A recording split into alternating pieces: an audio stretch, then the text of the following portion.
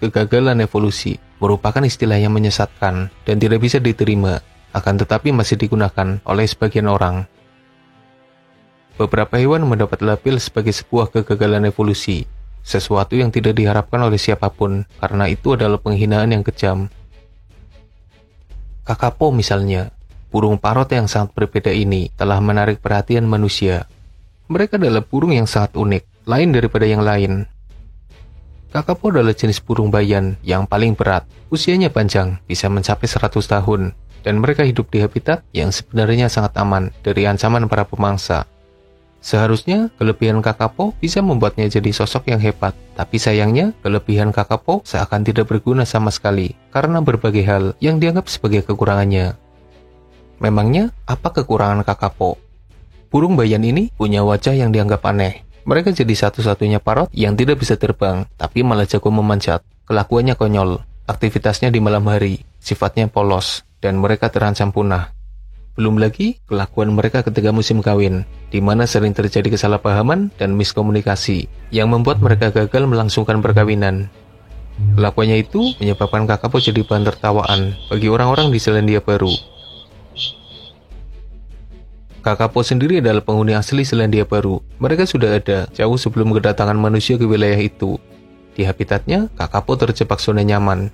Wilayah itu tidak dihuni pemangsa, makanan yang tersedia juga sangat melimpah. Zona nyaman yang menyebabkan kakapo bagaikan hidup di surga. Sayangnya kondisi itu menyebabkan kakapo melemah. Mereka kehilangan kemampuan terbangnya. Otaknya tidak berkembang dengan baik. Mereka terlalu nyaman dengan kehidupannya. Hingga akhirnya manusia datang. Kakapo tidak menganggapnya sebagai bahaya. Mereka dengan polosnya mendekati manusia, tapi manusia tidak meresponnya dengan baik. Mereka diburu dengan mudah dan dijadikan makanan. Belum lagi kehadiran hewan invasif yang dibawa manusia yang juga mengancam eksistensi kakapo.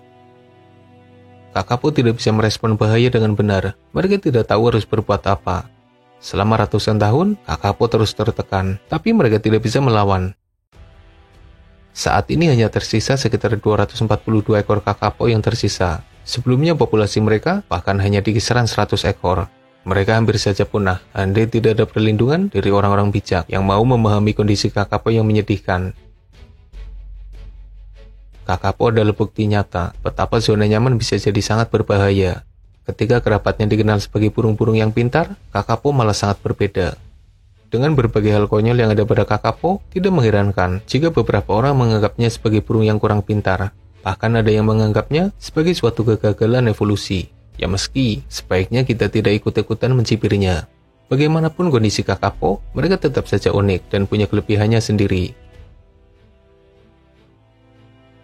Selanjutnya ada sosok paus dan kerabatnya. Mereka adalah mamalia akuatik yang dikenal dengan ukurannya yang raksasa, kehidupan sosialnya, dominasinya di lautan, dan sistem pernafasannya.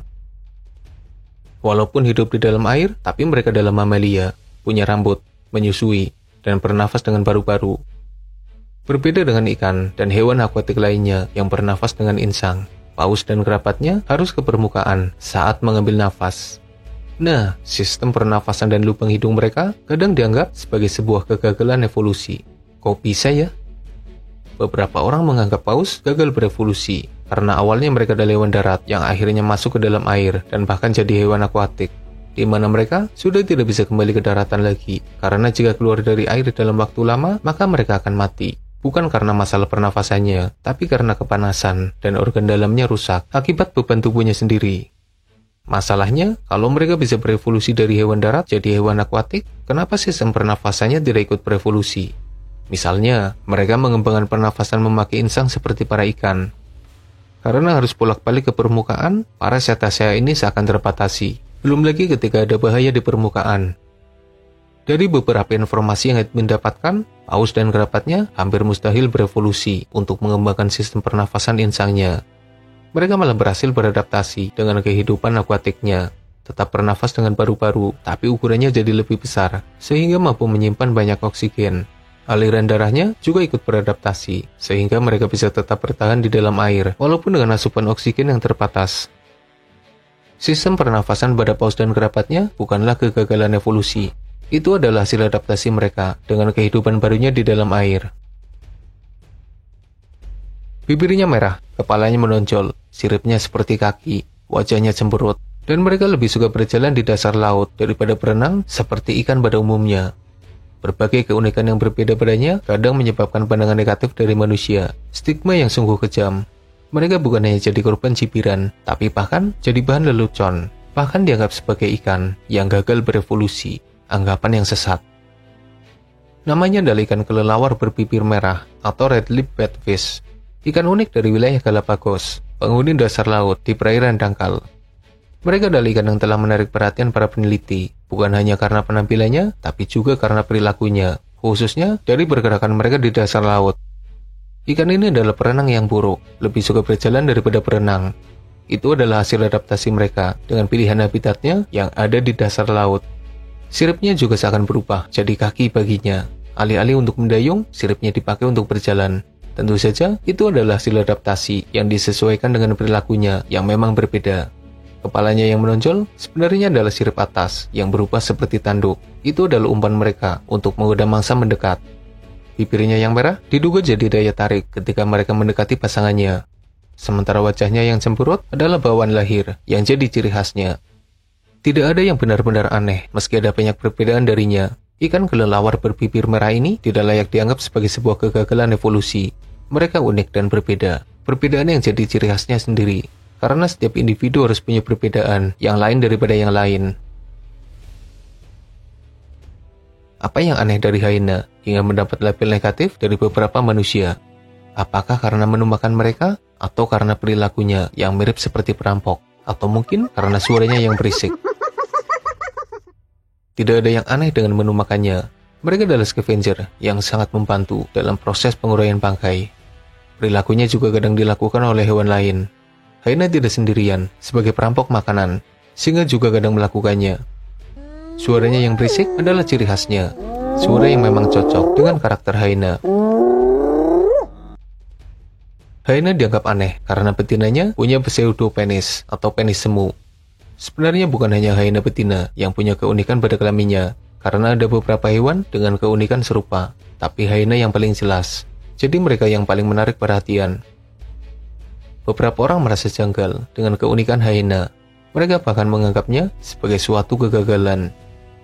Bentuk kelamin hyena betina yang mirip seperti bejantannya itu memang agak menyulitkan mereka saat melakukan perkawinan.